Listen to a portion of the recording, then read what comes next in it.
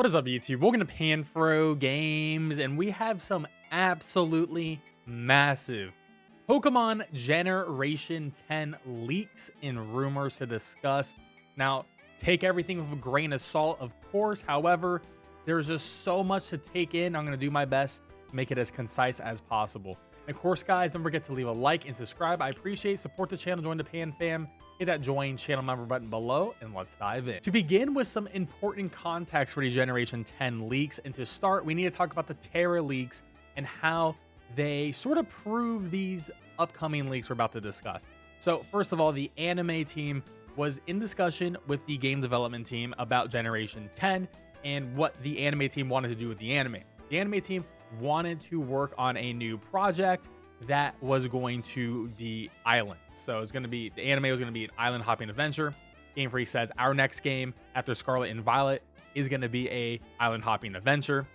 And some important lines here: if each island has its own environment and Pokemon adapted to living there, or if the power of the Pokemon living in the island affects the island's environment, it might overlap with our ideas. So that is Omori from Game Freak saying that we're going to have multiple islands in this next Pokemon game, Generation 10, and the Pokemon living there on the island affects the island's environment. So it seems like the islands are going to have different themes. So we know it's going to be a Greece-themed game. We talked about this in my previous video, and this is going to pretty much explain why all the islands are going to have different environments. So we're probably going to see a snowy island, a hot island, maybe a fall island, whatever themes are going to go with in general.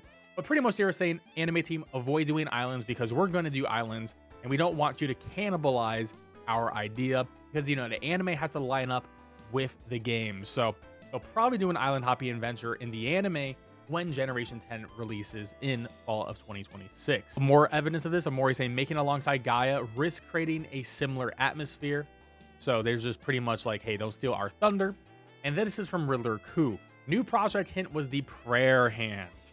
And this is not about Ikaku, though essentially saying this is not about any other project. This is a future Pokemon project, and we know that this is now Pokemon Gaia.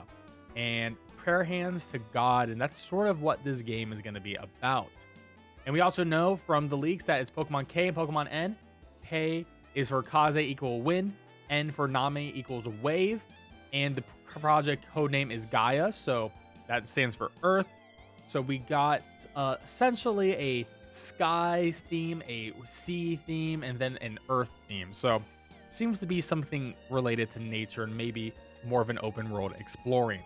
Now to talk about Moot. This leaker, Moot, is the dude who we're getting all this information from. And Moot, if you didn't know, is a known Pokemon leaker who has connections to the Pokemon animation studio that makes the Pokemon anime. And he claims that he has current Gaia info. And he's got this info from a meeting that the anime team had with the Pokemon company. And there were some other people involved there too, like people doing the merchandise and things like that. So that's pretty much what we're going for. You can read the whole thing if you would like to here. But essentially, Gaia is going to expect it to release in November 2026 at the moment. Now, Moot has been tweeting a lot about Gaia. Take all this with a grain of salt because things can obviously change. He can be totally lying, but we're going to entertain it for now. There are 8 internal proposed apostles. So far, not the actual term, by the way, just a name I came up with. Misters O and I stated that there was an additional 24 being considered, worked on, and that's the minimum apparently. The list was shared, so I'll probably post a couple a day from now to be annoying. I'll be using hashtag Gaia to talk about the stuff I hear going forward. So there is 8 apostles. We'll call them apostles for now. And they're supposedly want to make another 24. And these are going to be special Pokemon. Now, he lists them in this format: K7, M1, N1, N1, A10, G3, G4, D5. This is standing for, the first letter here is going to be the first English letter of the Pokemon's name. And then the 7 is the generation, right? So 7 could be like Komo-o or Kumala. Now, M could be like Mewtwo or Machop or Muk, things like that, right? We'll speculate this in a moment because we get a lot more of these. But we do know it seems about to be 32 minimum are going to be in the game. To clarify, the first 8 are essentially finalized or locked in for the mechanic, you could say. They showed concept art of them, so we know these first 8 Pokemon are finalized. They're guaranteed to be in it. They noted how fans were critical of how prior mechanics didn't necessarily do much for their own regional decks, and it was something they wanted to change, thus including that first new Mon. So yes, there is a Gen 10 Mon getting this mechanic as well. And we obviously don't know what it is because we don't know what the Gen 10 Pokemon is right now. Guy, with that said, it's not like everything has been decided. It's still possible they change stuff or scrap the whole thing, even if that's unlikely at this point. There are undisclosed numbers of new regional Pokemon being added among the gods as well. So we are getting regionals, and some of them are going to be deity-like. Now, we'll see if that's classed as a different type of Pokemon, as we've seen with Paradox Pokemon are their own separate family. Ultra Beasts are their own separate family. This could be another separate family of Pokemon, and I guess these Pokemon could also be regionals as well. Everyone can be a believer, but only the chosen can become the apostle. Sort of think about it in a way like Dynamax and Gigantamax. Well, every Pokemon can Dynamax. However, only a select few Pokemon can Gigantamax. So it feels like very similar mechanic to that in that regard, except more of a religious overtone theme to it. A further list of potential apostles were discussed later on. Most of them were suggested by corporate partners and investors who happened to be at the presentation. Just asked the guy and he said there was a few dozen Mons brought up. The meeting was over 4 hours long. Gen 5 regional legendaries were an example when asked. Must stress an example, art not shown. So they are saying legendary Pokemon are up there. Potentially Gen 5. Doesn't mean it's confirmed or anything, but it was just one of the things that could potentially happen in this game. And I am actually excited if they do some Gen 5 regionals, that'd be cool. I mean, I can obviously see the Genies getting something or the Swords of Justice. That could be really cool. K5, so a Pokemon from Generation 5 to Stars of K, maybe Crocodile. Part of the 24. I deleted the 2241 tweet. 8 have been made so far. 24 have been planned. And then there is a 41 were pitched, and of those, a few will be chosen. So essentially, we know there is going to be a total of 32 minimum. However, they're going to choose a couple from another set of Pokemon. So it seems like a lot of Pokemon are going to be chosen in this in general. So actually one of the most perfect images I could use for the world building. Do the gods really have the best interests in mind? So it seems like these gods of each island may not be all good guys. You know, they may have ulterior motives. Members of the 24, B5 and T9. So Gen 9 is actually getting a little bit of love here too, which is pretty interesting. Maybe that could be like Tinkaton. That could be really cool. The next Pokemon games after Gaia have been internally forecasted for 2028. They do not know what the game is or anything related about the information. They're just saying it's been forecasted. Now, this is a lot of meat right here. At the meeting, a question was raised by a merchandising corporate partner.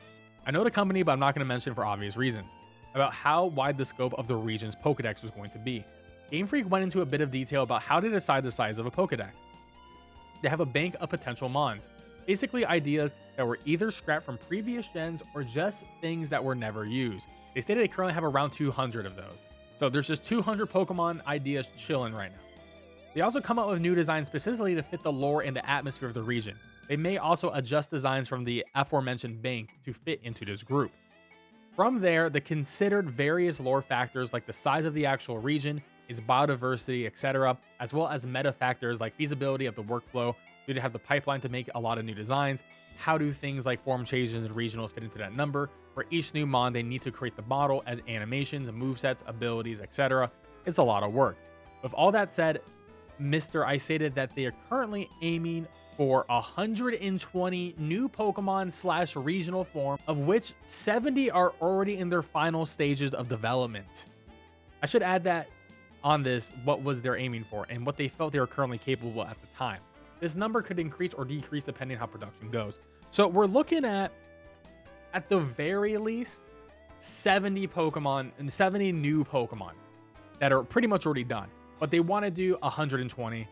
If this game is released in November 2026, they still got some time to hit their goal and make 50 more Pokemon for sure, / regional forms as well. Now, is this the meeting that was held in January? No, this was a different one. This meeting was held this April, so this is very recent information.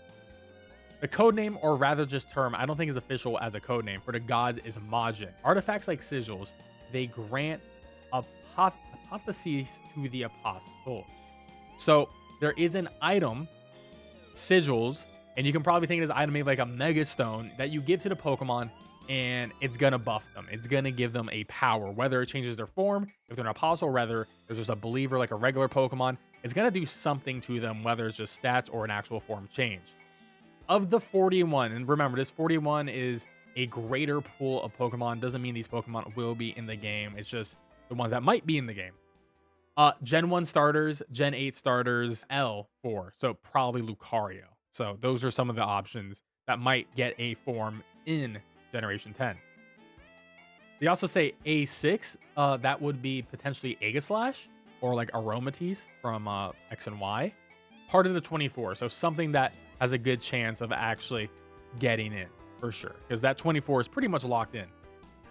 Of the 24, W2, S8, of the 41, T2, K2, and B7, I will name the Mons possessed by Majins as Vessels, not an official code name. This was part of the info sent to me last night. Vessel 1, D. This is the only vessel I know. It was shown in a concept art, but the Majin mechanic later on is an existing Mon and it's a legendary / mythical. Now, the only legendaries and mythicals that actually start with a D is going to be Darkrai or Deoxys. So that is going to be one of the vessels that we know of at the moment. And that was a lot of information, so we do have a good summary here. So in general, the important things are gods are Majin / Digin, extra-dimensional beings, not Pokemon themselves. Majin inhabit powerful Pokemon to exert influence on islands. Islands' environments vary because of the Majin's influence, like a snowy island in Greece. Lore is based on Arabic mythology, but Majin is the Japanese term used. In real mythology, Majin were brought by God to serve humans but rebelled, causing a war. The new mechanic of the game is going to be Divine Sigils. These are item-based gimmicks, unlike Terra, similar to Dynamax. Every Pokemon can benefit from stat boosts by equipping a sigil to a god. Stat boosts are based on the gods, not the Pokemon, which is actually really interesting. So like there could be one that could give you attack boost, one could give you defense boost. That's actually a really cool idea. Special Pokemon listed as apostles undergo major transformations like Mega Evolutions, which are stat boosts, form changes like visual design, possible type and ability changes. Apostles are chosen Pokemon that transform into the image of a god. Design goals, balance, mechanic tied to item, one item slot sacrifice, player choice, players pick which god to assign to each Pokemon. Marketing allows for flashy, marketable new designs like Mega Evolutions. Lore fit, mechanic integrates better into regional mythology than Megas. So it doesn't seem like Megas are going to be in Generation 10. There's going to be pretty much no Megas in Gen 10. It's a brand new mechanic. So those who wanted those PLZA Megas in an actual Pokemon game, probably doesn't seem like it's going to happen. But who knows? I mean, this, like I said, this hold it with a grain of salt. Now talking about the Pokemon that we might think. The group of 8, these are locked into the game. We got Komo-o. This also could be Kamal as well, right? So that we can get our Koala. M1, it could be Muck, the Champ, Mewtwo, or Mew. Now, Nidoking and Nidoqueen are seemingly to get something, which is hype, because I've been waiting my entire life for this. There is a new Pokemon getting one. Gallade and Gardevoir for Gen 3 and Gen 4. Druddigon, Darmanitan, and Durant for D5. I am going to lean towards Druddigon there, personally, just because Darmanitan already has a regional. Could be Durant, though. In the group of 24, these Pokemon are going to be in the game. They're not as locked in and finalized as the group of 8, but they'll be in the game. And we don't have the full list. We only have 6 out of the 24. So we got B5, which could be Bouffalant, Braviary, Bisharp, Bahimi, and Barate. I hope it's Bouffalant, honestly, from this list, or Bahimi could be really cool too. T9, Tinkaton. K5, Keldeo, confirmed as an idea, but not necessarily confirmed in Gaia. A6, likely Aegislash, or it could be Aromatisse, Avalog, or Aurorus. I do think it's be Aegislash, just because Sword and Shield makes sense for Greece, you know? W2 will be Wobbuffet, the only W in there. S8 could be Surfetch, Sandaconda, or Stonejourner. I'm actually going to lean towards Stonejourner on that, because you can probably get like a Pantheon or something. You can make like some Greek architecture. That would make a lot of sense. Now, out of the 41, we don't know which ones out of this 41 are going to make it. probably like a minimum 8 will make it because their goal was 40 of the total, right? But it seems like the Gen 1 starters, the Gen 8 starters, Lucario, Tranitar, Kingdra, Beware or Bruxtrus for B7, and then not specified was K6, which is Klefki. So we don't know which category. That could be part of the 24 of the 41.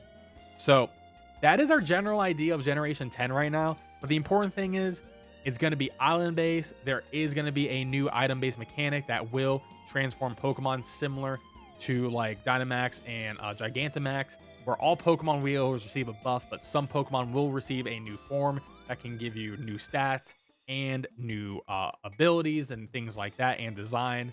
And it seems like each island will have different themes to it based on what god is representing it. And a lot of old Pokemon are going to make a return and potentially have some sort of new regional variant to it, or at least new form. So overall, looks like a pretty cool game. I'm very excited. 120 new Pokemon / forms being added is really big. And I'm hoping this is going to be a massive dex, more than the 400 we usually get in a base game. I do want to mention we'll most likely get DLC for this game in 2027, because if the next Pokemon project is in 2028, they got to release something in 2027. They did it for Scarlet and Violet, they did it for Sword and Shield. I don't think they'll stop doing Pokemon DLC, so keep that in mind too. Anyways, guys, let me know in the comment section below what Pokemon you hope to see is included in Pokemon Generation 10 and gets a new mechanical form. To be fair, we don't really know what the hell this mechanic is exactly going to work, but I would love to hear in the comment section below. Of course, guys, don't forget to leave a like and subscribe. I really appreciate it, and I'll catch you guys next time. Peace out, and have a good one.